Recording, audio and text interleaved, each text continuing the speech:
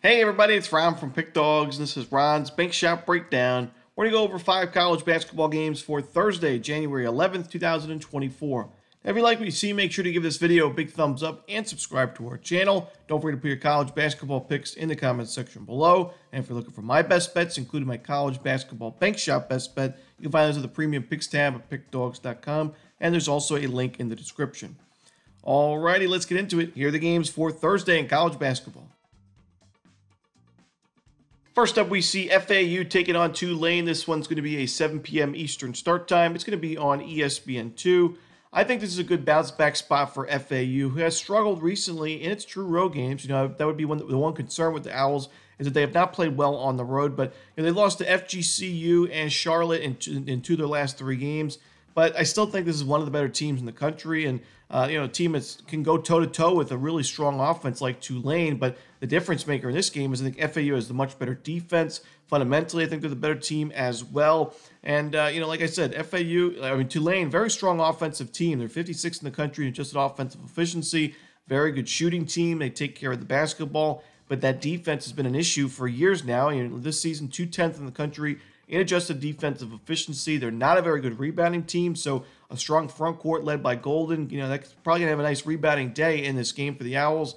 That could be a problem for Tulane in the end. I just don't trust that defense to get enough stops in this game. So give me FAU at a nice bounce back spot. We're getting the Owls at a pretty good price because of recent results.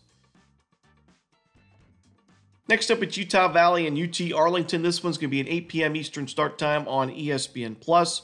Now, when you look at both of these teams, kind of going in different directions right now. Utah Valley's won 2 straight games, but both of those games were at home and against some of the weaker teams in the conference in Cal Baptist and Southern Utah. While on the other side, UT Arlington's lost 5 straight games, but you got to look at where those games were played, all 5 true road games, and who they were against. The first 3 in this losing streak were against Texas Tech, North Texas, and Texas. 3 top 100 teams, top 75 teams in KenPom. So really no shame in those losses. And a couple of those games against the Red Raiders and Longhorns were competitive games where they covered the number.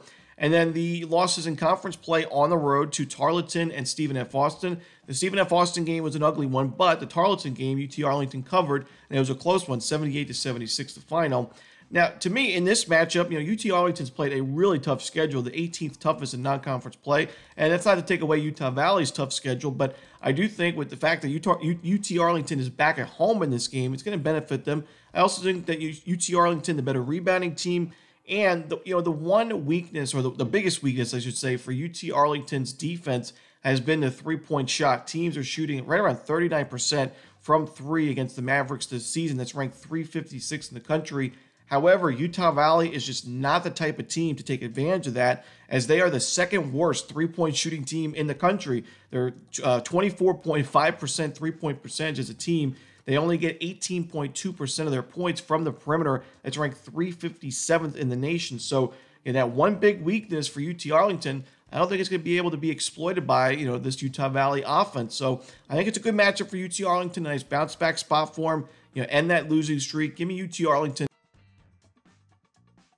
Next up, we're going to stay in the WAC conference as Abilene Christian takes on Grand Canyon. This one's going to be a 9 p.m. Eastern start time. It's going to be on ESPN+.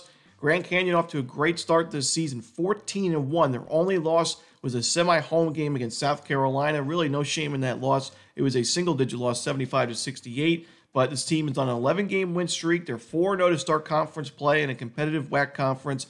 But I still think they're a little bit overvalued, a tad on the overrated side as well. In a spot like this, I just think it's too many points. Abilene Christian, this is a program that's not intimidated playing tougher teams in the conference or out of conference. A program with plenty of upset wins in recent years, and a team I think they match up pretty well with Grand Canyon. Both of these teams do a really good job of getting to the free throw line, and both these teams pretty good free throw shooting teams. So I think we're going to see this game slow down quite a bit. I think it's going to be a high scoring game, even though both of these defenses are solid. I think we're going to see both teams get to the charity stripe a lot in this ball game, similar to what we see in other games in this conference. But I like the fact that Abilene Christian forces a lot of turnovers. Grand Canyon, not their strongest suit. They turn the ball over a decent amount, right around 18% of their possessions. So I do think Abilene Christian, more so than other teams, could make this Grand Canyon offense more uncomfortable than they usually are. And I just think that, getting double digits here with an Abilene Christian team that starting to play better basketball. They've won 3 of the last 5 games. I liked what I saw from them at times at the beginning of the season, especially, I mentioned upset wins. They took down Oklahoma State in the first game of the season on the road. So like I said, this is not a program or a team that's going to be intimidated on the road, even though this is a really tough place to play. Like I said, just too many points for me. Give me Abilene Christian plus the boatload of points. Next up, we see Cal Baptist and Tarleton State. This one's going to be at 10 p.m. Eastern start time. It's going to be on ESPN+. Cal Baptist, I think this is a good get-right spot for them, similar to the game for, UT Arlington, where we see Cal Baptist lost 3 straight games, but all those games were on the road against New Mexico State, Utah Valley, and Seattle. And I really like the Seattle team this season, and that was only a 2-point game, 48-46, strong defensive battle. And the loss to New Mexico State may look bad on paper, but we got to remember this is a completely different New Mexico State team nowadays than they were at the beginning of the season, because they added a couple additions to their roster, and they're just playing a lot better basketball in general. But I think Cal Baptist matches up well in this game, and we saw Tarleton beat UT Arlington by 2 points last time out, despite having a probably their best 3-point shooting night of the season. 12 of 21 from 3, Tarleton State was in that game, 57%.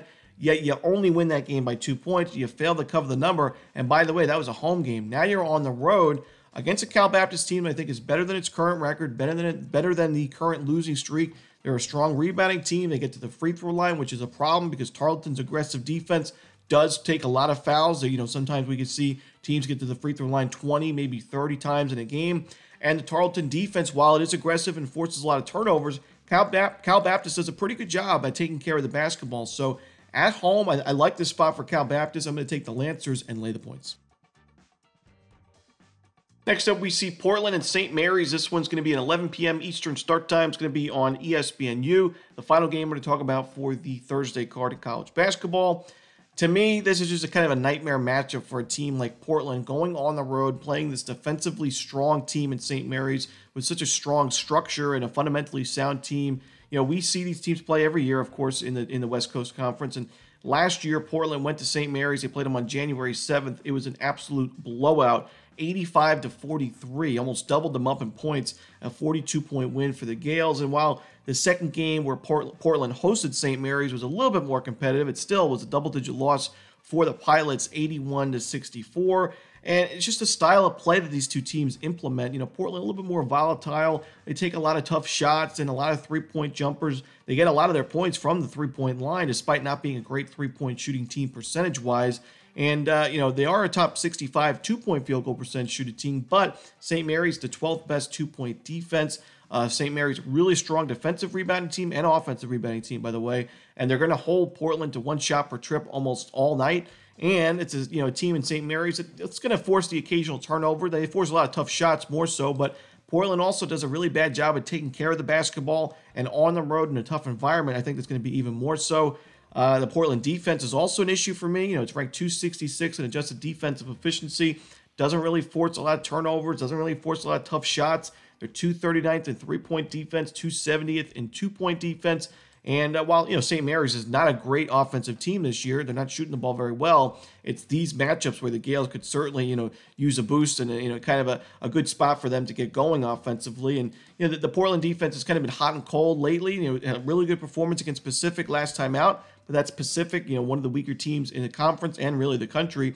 And a couple of games ago, we saw them give up 100 points to UMass. So it's been an inconsistent effort from Portland this year. I don't love them in this spot on the road. Give me St. Mary's. I'm going to lay the big number. And that's it. Those are the games for Thursday in college basketball. Hope you enjoyed this video. If you did, don't forget to hit that like button and subscribe. And don't forget to put your college basketball picks in the comments section below. Again, if you're looking for my best bets, you can find those at Pick Dawgz Premium. As always, this is Ron Romanelli. Good luck.